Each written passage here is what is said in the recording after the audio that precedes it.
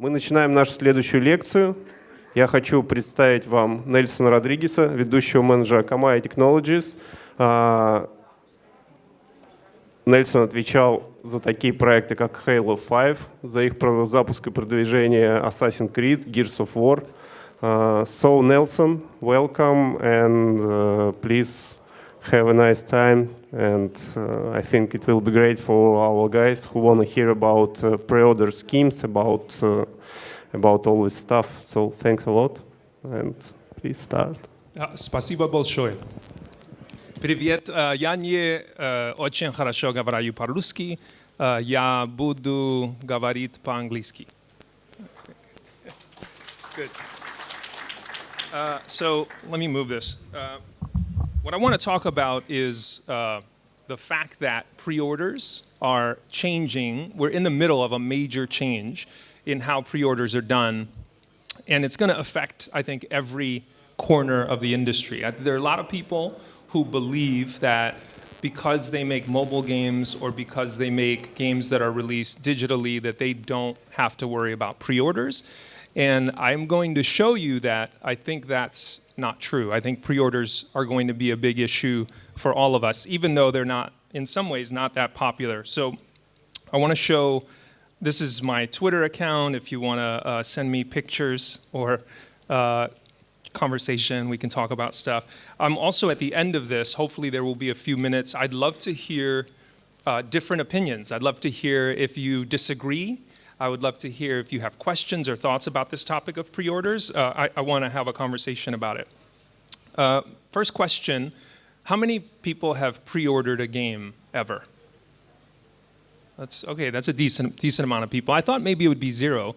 So I've never pre-ordered a game in my whole life. And I think part of the reason for that is that I'm old, for one. I'm very cheap with my money, and I don't have any friends, right? So and it's an exaggeration. I have 2 friends at least. But that's a real dynamic for me. First of all, when I started playing games, there were no pre-orders. That was not a normal way for me to get games. The second thing is I like to pay less than full price. So I like to wait until the game is a month old or maybe a year old so that I can get a really good deal on it. And when I talk about not having friends, I don't have a lot of people who play multiplayer games, so I don't feel pressure to have the game at the same time that they have it. Now that's my own personal experience, but I think that relates to why pre-orders have become a problem in our industry. And if you do a quick search on pre-orders, you'll see Kotaku, you'll see IGN, most journalists, bloggers, even YouTubers are very negative on pre-orders. There's a lot of complaints in our industry about pre-orders. And even Cartman, I'll let you read some of that. Even Cartman from South Park gets in on this discussion. I had to cover some of the words, even though I know they're probably fine. But the funny thing about this is that the South Park game had a really complicated pre-order program, despite the fact that South Park, the show, is very negative on pre-orders. So with all of this negativity and confusion around pre-orders, we get into a question, why do companies still have pre-orders if all the journalists are asking us not to do it, and many players themselves are negative on it. But the fact is, pre-orders are great for business. They're really good for publishers, especially historically, right? So if you think about where pre-orders came from, pre-orders were an important way to get retailers to support your game. You could say, look, we've got 100,000 pre-orders, give us a bigger space. Give us more prominent promotion. And then that would help you get more pre-orders, which would then get you more promotion. It was a really great cycle for publishers. Even today, where there's digital distribution, pre-orders can help you get press. So all the journalists who are criticizing pre-orders, if you send them a press release that says we got 1 million pre-orders, they'll write about it. So there's still a lot of advantages for businesses. And of course, with the competitive landscape, pre-orders are a great way to get players dedicated to your game before they've spent their money on something else, right? So there's a lot of advantages. Now the question is, are pre-orders still good for players? Now it's funny, when I'm at a conference like this, I think of like us and them, but we're we're players and we're makers, right? So it's really us and us. So pre-orders are good for us when we are selling games, but are they good for us when we play? I think I need some help to answer this question. This is my homeboy, Abraham Maslow. Does anybody know this person? Yeah. So wait, what did you? Yeah, exactly, yeah. So Maslow invented the hierarchy of needs, the sort of pyramid of needs. This has been used in psychology a lot, but the main use for it has been in business. This is basically, his theory is that human needs stack on top of each other. You have to have your basic needs met in order to try to pursue higher level needs. And in marketing, we use this all the time. We use this pyramid of needs as a way to promote particular behaviors that we want, right? So I'm not going to focus on physiological, which is literally like, do you have enough food? Do you have enough water? But there are 3 needs here that basically are the focus of pre-order programs. So pre-orders are designed to address 3 of these needs. The first one is safety. Now, when you think about safety, you may think of like safety in terms of violence, but another way that in marketing we use safety as a concept is scarcity. So things not being available, not having enough of something is a sort of psychological impulse, is this idea, will there be enough for me? And that was the old model of, I don't know, is this out of order? Yeah, I think it is out of order. I'll just load all 3. So this is one of the key ways that pre-orders were able to drive us to make the purchases is there may not be enough for me. It may run out, right? There won't be enough games when I want to play it or when I want to buy it. The second sort of level is this idea of belonging. We all want to be a part of a group. We all want to feel like we belong. And so pre-orders really played into that because the idea was not only, so it would be really bad if a game comes out and I can't get a copy, but it's worse if I can't get a copy but my friend gets a copy. Because then my friend is playing and I'm not playing. So that was an old psychological impulse for 20 years. The idea was if I don't pre-order this, then my friend is going to be playing on the first week and I'm not. The third thing that pre-orders try to focus on is this idea of being special. So we all want to belong, but we also want to belong and be special. So we want to get exciting stuff. We want to be the first to get something really cool. We want to get some cool feature, some cool bonus. Those were all the reasons that I think pre-orders have been driven for a really long time. It's going to run out.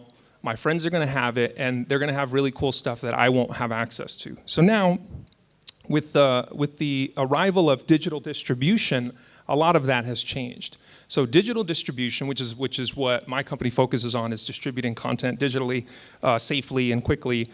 Digital distribution and e-commerce means you're never going to run out of a game. It's not, you will get a game, right? So now pre-orders don't appeal to you in that sense. You know that you're going to get the game. The second thing is, you're going to get it at exactly the same time that everybody else gets it. You will get it at your door on the first night that it's available. You'll get it delivered to your console, to your PC, to your mobile phone on the same day that everybody else gets it, so that's not appealing anymore. So now the question is, what do we do with this question of esteem, of something special? What's special about pre-orders? Is there such a thing? This is what Abraham always asks, is what's this thing that's going to be special in a pre-order? I like this. This is a good photo to put on Twitter. So I did a lot of work with Ubisoft, so I will apologize to them for using them as an example. But this is a big example that came up recently, which is for one of the Assassin's Creed games, their pre-order bonus was a pair of digital pants. So, I don't know. I mean, to me, this is kind of a perfect example of what's happening in the pre-order space, which is this idea of digital goods that are arguably special, that may eventually be available for free to people who buy the game a month later. So then if I'm pre-ordering it, what am I getting out of this pair of digital pants? Another big program that people are running is retailer exclusive digital assets. So this is when you're playing multiplayer, somebody can see you and say, oh, I know where you bought the game. I mean, is that a bonus? Is that special? So if you know the game is going to be available to you and you know that you're going to get it on the first day, and now the bonus items are maybe not that different or not that special, I think that's why pre-orders are changing, and this is why it's going to start to affect all of us. So I'm going to start to make crazy predictions. This is my... Oh, that's weird. Okay, there. I fixed it. Do you see how I fixed that? It's pressed a couple buttons. So I have 3 crazy predictions, and this is where I'll be really curious to hear. Hopefully we have time, yeah. I'd be curious to hear some opposing thoughts. My first prediction is that pre-orders are moving aggressively into the digital space. So historically, we think of pre-orders as something that you do at a store, something that you do for physical items. How many people have pre-ordered a mobile game? Anybody? One, we've got one. So it's a much smaller group of people who have pre-ordered mobile games. But the fact is, this is becoming a trend. These are 3 very major games that all were driven on pre-order programs. Now, these were crowdfunding programs, right? So this was like Kickstarter, Indiegogo. But that's a pre-order. That's fundamentally a pre-order. And this kind of pre-order is even harder than the kind of pre-order that is going to come. So this is all the risk is put on the player, right? They pay the money and hope the game comes out. Google Play now has this I forget what they call it. It's like a reservation program. So it's similar to a pre-order. So on Android, you're starting to be able to pre-order. I think iOS is going to have to get involved in this as well. So digital, Xbox already does it. Valve already does it with Steam. PlayStation already does it. You can start pre-ordering digitally. And so only one person so far has done it in this room. I think you're going to start to see this be a really big factor. Now, if you work on indie games, you might think, well, maybe this isn't relevant to me. But the fact is, if Microsoft and Sony and Valve and Apple and Google are going to start doing it, and if the big publishers are going to be doing it, you're going to be competing with games that are being pre-sold before your game comes out. So I think it's worth thinking about. The second thing I think is going to happen is pre-orders are going to be cheaper. So I had this conversation with somebody, actually with a large group of people in San Francisco a couple months ago, and I asked this question. How many people think you should pay more to get a game early? There's nobody here. Half the room in San Francisco said that it's okay, logical to pay more to get a game first or to get a game early. I disagree. In other industries, so this is from the travel industry. This took me 2 minutes to find these examples from totally different companies. In the travel industry, you pay less when you get it early. And there's many industries that are like this, right? Early is cheaper because you're committing your money up front and the company's benefiting from it. In our industry, we've thought early is more expensive. We sell you the $100 package first or the premium package first, and you can't get the cheaper version until later.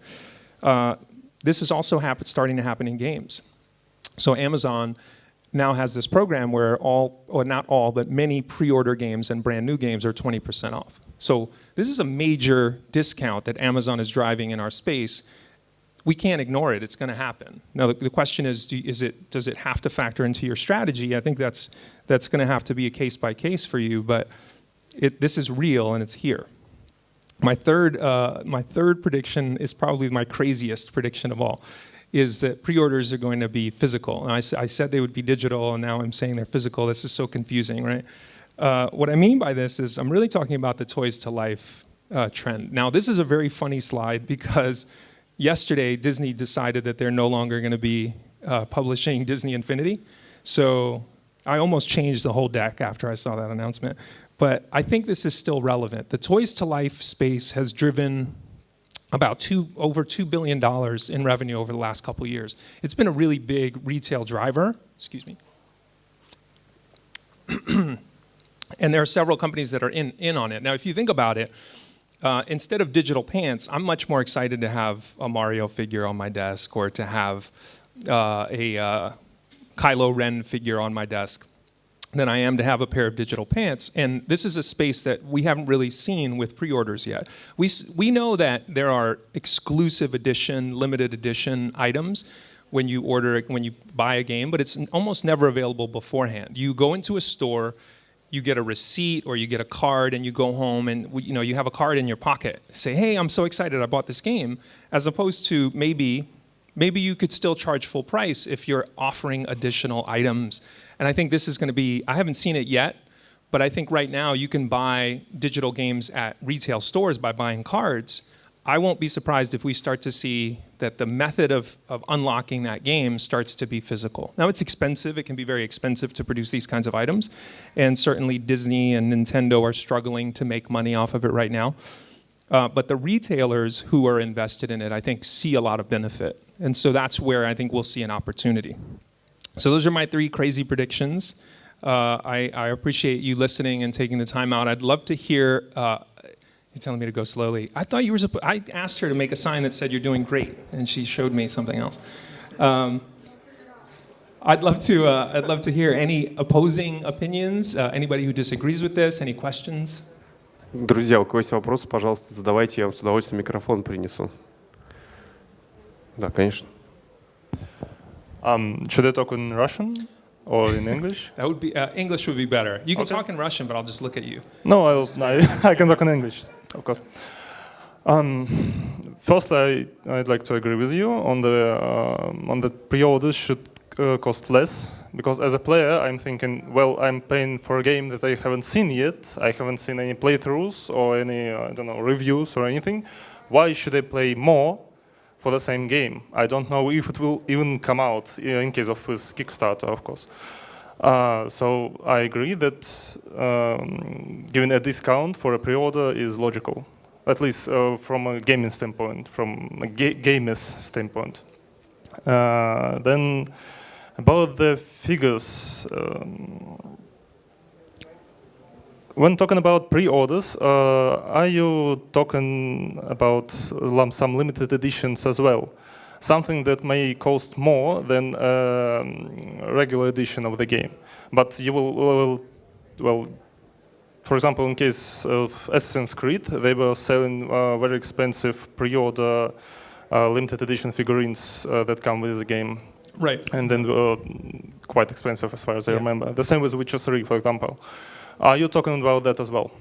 Yeah, I think really the question is there a way to maintain a normal price and include physical items, right? I mean, I think what I have questions about is premium price where the bonus is digital.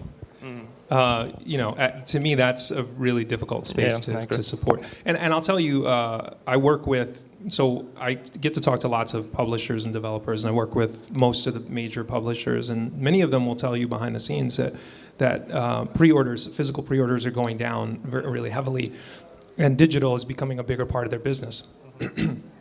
And so I think they're starting to look at this as well to say, okay, how do we maintain our prices when we're moving away from these physical sales that are allowing these kinds of premium items? I don't think they can maintain the prices as a premium. I think this is very true for Russia, because I don't remember when was the last time I bought a game at a store. I either use Steam or Google Play or something. I don't see a reason to go to the store and buy a digital copy, or physical copy of the game with a disc or something, or box. Why? Yeah. Well, so it would lie around and gather dust? Yeah, why? Right. Yeah, so PC games are now over 95% distributed digitally globally. Console games are still about 2/3 are still physical in most of the world.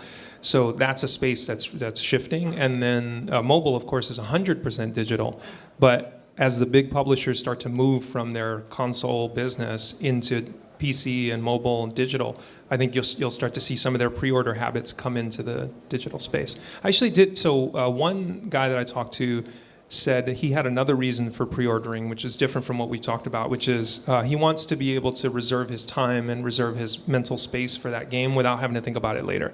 So in other words, like, he doesn't want to think about it when it comes out. He knows that he wants that game, so he's just going to put his pre-order in just because he doesn't want to have to think about it again later. That's a good point, actually. Yeah. One last thing, I wouldn't buy a physical copy of the game unless I got something very special Pants. with it. Would you No, buy it for pants? Physical, something physical. Real Physical pants. pants, yes, Real great. pants. That would be great. That's Yeah. Thank I you. would buy a premium edition for a great figurine, even if I had to pay more for it, but not a regular edition, no. Thanks. Thank you. A lot of questions. Prepare yourself. Thank you for your presentation. I'd like to disagree with you that pre-orders should be cheaper for all cases, for all games. For example, if you have a game with strong brand and you want to utilize the fan base which already exists, you'd better make the price higher than the original retail price.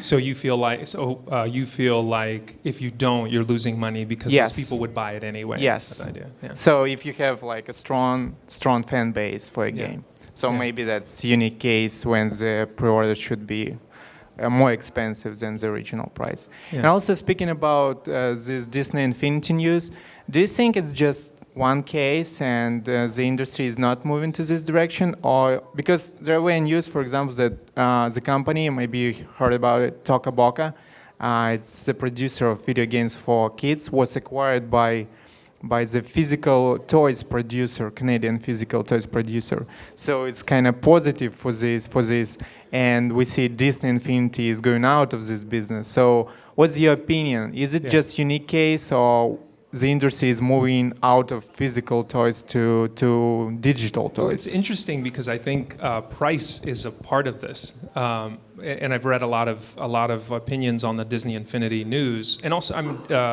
Nintendo announcing their financial numbers recently. Some people believe that one of the problems with Infinity is the total price, that you pay $60 for the game, and then all the DLC, which really is unlocked by a toy, is $9, $12 on top. I mean, and so somebody estimated that to play the full version of Disney Infinity 3, you had to pay $500 or something to get everything. So in some ways, as the whole industry's moved to free-to-play, the Disney Infinity model feels kind of old. The pricing part of it feels kind of old, that you pay 60 plus additional for content. So I think that was one of the issues. And there's also saturation, I think, in the market. So you believe it's not about the market, it's about old models that Disney Infinity uses? I think so, yeah. I think that's part of the challenge, right? And on top of that, they have a platform in Infinity, but then they release new games so it's a very confusing model, because in some ways you might have accepted a single price for the game, and then every additional figure is just unlocks new content. But instead, you had to throw away the old game and then buy a new game and then get new figures and then buy the new game. So I think the model wasn't really scaling to new dynamics in the industry. I think that's part of it. It may be too, Disney may just be in a bad mood and not want to be in games right now. I think there's still room for the physical toy business, the physical game business. Yeah, thank you. Thank you. And maybe a couple of questions, and that's it. Hey, Nelson. Thank you for your presentation. I have a question. Maybe you have some insights or thoughts about pre-orders for free-to-play games. Yeah, it's a really interesting question. I think that there's an opportunity to do. So what's interesting is before free-to-play became really big in mobile, there was a workaround free-to-play, which was you could download the game for free for the first week, so that you could get a lot of numbers, and then you could get a lot of traction in the App Store, and then you would turn the price on. So in a way, that was like an early version of free-to-play using a pre-order model, sort of, that said that for the first 100,000 people, it's free, and then everybody else has to pay. Then that model went away as we ended up in almost purely free-to-play, where 80-90% of the revenue on the App Store is coming from free-to-play. I think there's an opportunity to have the bonuses be unlockable items, right? It's gems, or so pre-orders, where if you pre-order the game, you get meaningful access. If it was Hearthstone, you get extra packs, right? If it's Clash of Clans, you get extra gems. I think we're going to see that. I'd be interested to see who experiments with that model, to say, okay, if you reserve it on Google Play, you will have access to these unlockable items early. To me, it makes perfect sense, because player acquisition is such a huge part of our business. Just trying to get somebody to install the game is such a challenge that I think there's value in that as a publisher. Yeah. One more question. question. I would like to. Final question. Last question. It's better be really good. It's I would like to ask you about board games, offline board games. At what stage do you think we should accept pre-orders on this? At what stage of, let's say, development of the game we should start to offer it for players, not to enter in the territory of broken promises on the game? Are you talking about board games? Board games, yeah. It's like physical. Offline, yeah. How early should you offer pre-orders? Yeah, I think that there's been a lot of public problems with crowdfunding games not ever coming out or not ever being quite as good as the promotion. So I think that's a really tricky question. I think you should. Yeah. I think it would probably make the most sense from a market point of view to offer pre-orders on a game once you're able to prove the mechanics through. Offering pre-orders when you're still developing the concept of the game, I think, is maybe not that fair to players. So being able to say, I'm offering pre-orders only because manufacturing is going to take time, not because we're not done, we haven't figured the game out yet, but because it's going to take us a couple months to produce it and we want people invested early. I think that makes sense. But pre-ordering an idea, I think I don't know. I think it's going to be problematic over time. Yeah.